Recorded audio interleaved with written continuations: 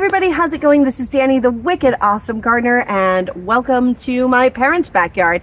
And a lot of you are new here to the channel, so you haven't seen it. This is where I currently live while we're working on fixing up the house. That is about to get kicked into high gear. We move in 6 weeks. So we've got a lot to do. I know I haven't shown a whole lot of it, but that's because there's been a bunch of invisible work getting done, like the plumbing, some electrical, and getting that all ship shape. But we are about to kick into high gear up there. I still have my full-time day job, my part-time job. I'm directing a musical that is 3 rehearsals a week, as well as doing DoorDash on the side, making these videos, managing my YouTube channel and Facebook now because that went crazy. So there hasn't been much chance to get up to the house, but like I said, it's been contractor time with them doing all that invisible work. So I've got 1 more week at my full-time job. I have given my notice there.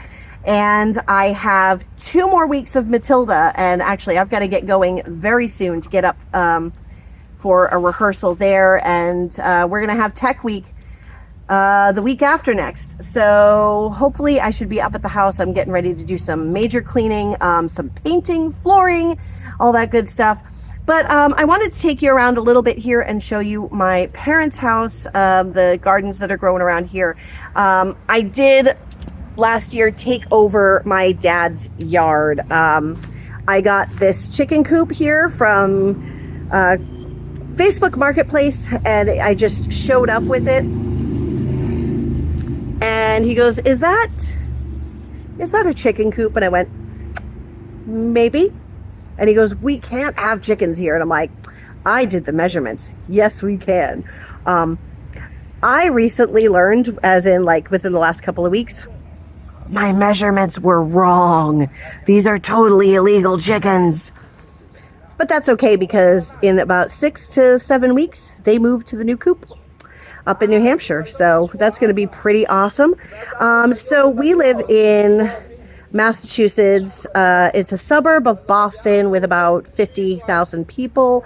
And I live on 1/10 of an acre. Well, my parents' house is 1/10 of an acre. So we'll give you the little 10-cent tour of this is how big my yard is. You can see we've got a canoe. We're right across the street from the ocean, which is nice. Not that we have a beach there, it's just a little bit of a cove, so we can go throw a boat in the water and go paddle if we want to. Not that we take advantage of that really as much as we should. As you can see, the garden is pretty empty, and that goes to just having crazy busy month through April, where I wasn't able to do anything. But I did plant peas and things like that, but I didn't get the fence up in time, and the bunnies came in and ate them all.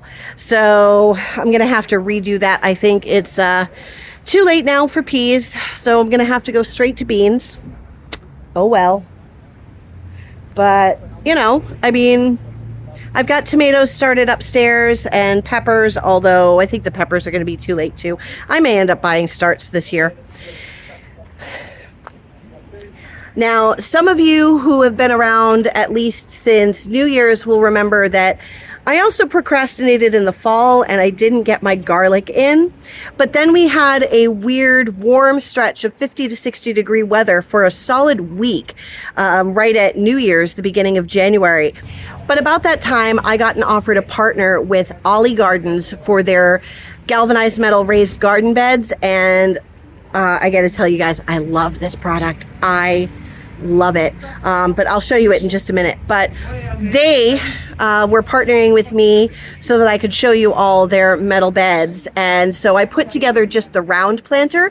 The big long planter I'm going to put together up at the new property this summer, and we'll grow some like fall things in it.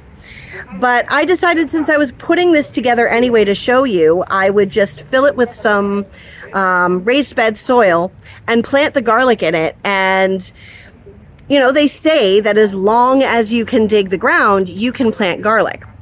And my dad said, that's dumb planting it in the middle of winter, it's not going to grow. It's not going to come up. None of the garlic is going to grow up. And I really, really, really wanted to prove him wrong. I really did. So I took my pretty well by that point dried out music seed garlic, and I planted it in that new fresh raised bed soil in my metal raised bed, and I crossed my fingers. I covered it with leaf mulch, and I crossed my fingers, and I waited and I waited and I waited all spring, and nothing was coming up, and nothing was coming up, and nothing was coming up. And then finally, after all hope was lost, because I saw everybody else around here, their garlic was up, all of a sudden, kaboom! Look at that. Take you in for a better look. Ta-da! We have 1, 2, 3, 4, 5, 6, 7, 8 cloves of garlic. And they are thick. Look at that. They are about the width of my finger. They are looking so good. Oh, I can't wait. Now, while we had an atypically warm winter and spring, we also had a very, very cold winter at parts. We had a few days where we had sub-zero temperatures, and we're not talking like -2, -5. We're talking -27. Yeah, so I've got this green stalk planter here that I had full of strawberries last year, and look at it. Yeah, they did not fare well with it getting that cold. Normally strawberries are very hardy, but ugh. The problem is that they started to come out of dormancy in mid-January when it started to get warm. So they were waking up, they were putting out leaves, and then bam, one day at the end of January, it all of a sudden went from being in the 40s to being -20. And then it bounced right back the next day, but that was enough for the strawberries. They were toast. Or so I thought. Now, not all of them are surviving, but look what just popped out in the last couple of days. We have some actual green growth, and it's not all of them, but we have a little bit right here too. And in this one, so there's not going to be a ton of strawberries, but there'll be a few. Editing Dani here because I realized I forgot to show you something when I was filming this yesterday that I was really excited about, and kind of forgot because I was also really psyched about the rhubarb. But with the negative temperatures that I thought killed the strawberries, I also thought that that did in my container asparagus. But look.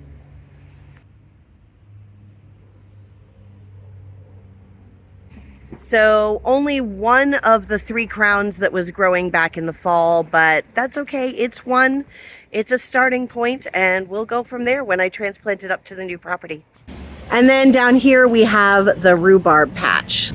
With it getting warm so early, the rhubarb is up and growing beautifully. I cannot wait to be able to transplant some of these. I thought that rhubarb patch was only about as old as I am. It's been there since my dad and his siblings were little. So that rhubarb had to have been planted there over 70 years ago, and it's still growing and thriving. I don't think it's maybe the same exact plant, but it's like the scions. But wow, I can't wait to transplant some and bring it to my new property because my parents don't even like rhubarb. My dad hard pruned these roses in the middle of winter, and I thought they were goners, and that shows you how much I actually know about roses, which is absolutely nothing because they are putting on new growth. They really did need to be pruned back and tamed. Ignore the traffic noise, but I had to come out here to the front. This shows you how busy my road is. Yeah. But I had to come out here because I had to show you the real showstopper of everything that my parents have here planted, which isn't as much these days, but this is amazing. These are my mom's peonies, and you just got to look at how many buds are on this plant. It's insane. So a few weeks from now, this is just going to be one big mass of pink, and it's just absolutely beautiful and smells gorgeous. So there you go, the 10-cent tour and some hints on what's going to be coming up. at the new property. I can't wait to get up there and start building that garden. Ah, it's almost there, and I'm going to be able to plant things for fall. Yes. All right, thank you for coming along. I'm very excited to be back in the swing of doing videos. I just filmed three videos. So, woohoo! And yeah, I will see you guys in the next one, where we're definitely going to be up at the house and doing some actual renovation and painting, and we're really going to kind of see some transformation happening up there. All right, guys, thank you so much for watching. I'll see you in the next one. Bye-bye.